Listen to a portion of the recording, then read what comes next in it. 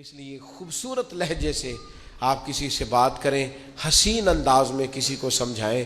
آپ کا انداز حسین ہوگا نا، بات وہی ہوگی، لیکن اگر انداز حسین ہوگا نا۔ وہ ایک بادشاہ سلامت تھے، ان کو خواب آیا کہ میرے سارے دانت ٹوٹ گئے، تو ایک تعبیر کرنے والا بلایا۔ اس کو کہنے لگے میں نے خواب دیکھی ہے میرے سارے دانت ٹوٹ گئے، تو اس نے تعبیر کی۔ وہ کہنے لگا بڑے دکھ سے بتا رہا ہوں، آپ کی زندگی میں آپ کے سارے رشتہ دار، بال بچہ، بہن بھائی سب فوت ہو جائیں گے۔ بادشاہ نے تلوار منگائی اور تعبیر بتانے والا بھی مار دیا۔ اس نے کہا سب کے بغیر جی کے کیا کرنا ہے۔ اس نے ایک اور بلایا تعبیر والا، اسے کہا تعبیر بتاؤ، خواب میں میرے سارے دانت ٹوٹ گئے ہیں۔ تو کہنے لگا بادشاہ سلامت مبارک ہو، اللہ تعالیٰ آپ کو اپنے خاندان میں سب سے لمبی عمر عطا فرمائے گا۔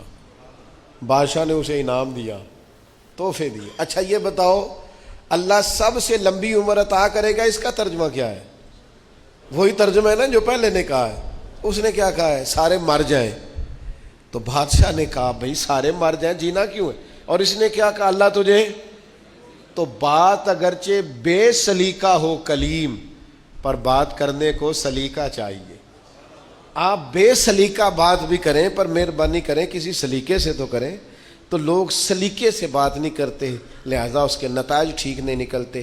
اپنے ہی بچوں سے بات کریں، اپنے ہی شاگردوں سے کریں، اپنے ہی ارادت مندوں سے کریں، پر ذرا سلیقے سے کریں۔ آپ ہی کی بات ہوگی، وہی لہجہ ہوگا، پر اس میں حسن پیدا ہو جائے گا۔